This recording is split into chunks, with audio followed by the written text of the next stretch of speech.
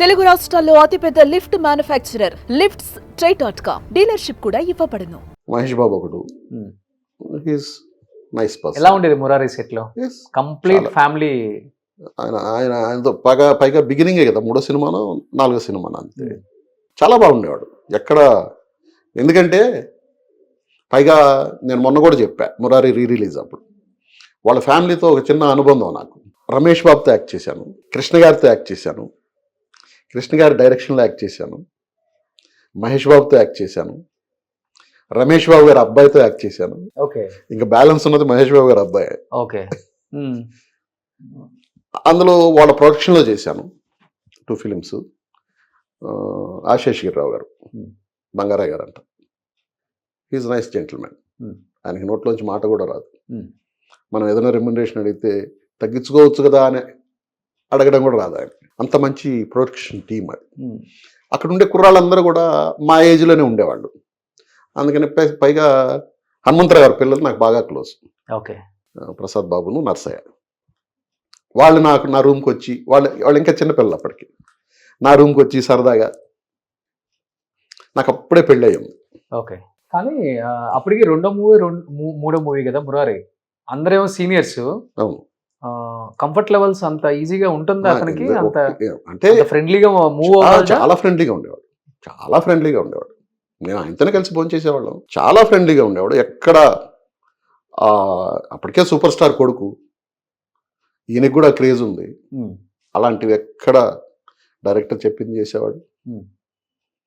మేమేదైనా చేసినా అసలు ఎప్పుడు నవ్వుతూనే ఉంటాడు. ఇంకా కోపం ఎక్కడి నుంచి వస్తుంది? కోపడాల్సిన అవసరం రాదు. ఆయన్ని కోపపెట్టే అంత ఇన్సిడెంట్స్ అక్కడ ఉండవు. ఎవడెళ్ళి ఆయన్ని ఇదేంటి చేయడం ఏంటి అనేది అడిగేది కాదు కదా. ఆయన పని ఆయన చేసుకుంటాడు, బాగా చేస్తాడు, ప్లస్ అందరితో జోయల్గా ఉంటాడు. ఇంకా ఆయన కోపం రావాల్సిన అవసరం ఏముంది? కలిసారు తర్వాత ఎప్పుడైనా మురారి తర్వాత ఒక్కసారి టక్కర్ దొంగ సెట్లో ఎప్పుడో కలిసా. టక్కర్ దొంగ సెట్లో అదే పలకరింపు, అదే ప్రేమ, ఆప్యాయత. రాజశేఖర్ ఒకడు నాకు, నేను ఎక్కువ పెద్ద హీరోలు అంటే రాజశేఖర్తో ఎక్కువ సినిమాలు చేశాను. ఓకే. రాజశేఖర్ నాతో బాగుండేవాడు. ఈమె గురించి తెలిసి, నా వైఫ్ గురించి, నేను ఇద్దరం కలిసి సినిమా చేస్తుంటే ఈవినింగ్ షూటింగ్ అయ్యాక నాతో పాటు వచ్చి నేరుగా ఇంటికి వచ్చాడు. ఇంటికి వచ్చి లోపలికి వచ్చి ఆమెను చూసి, నేను ఇస్తాను మెడిసిన్ అంటే, కొద్ది రోజులు ఆయన మెడిసిన్ కూడా వాడింది.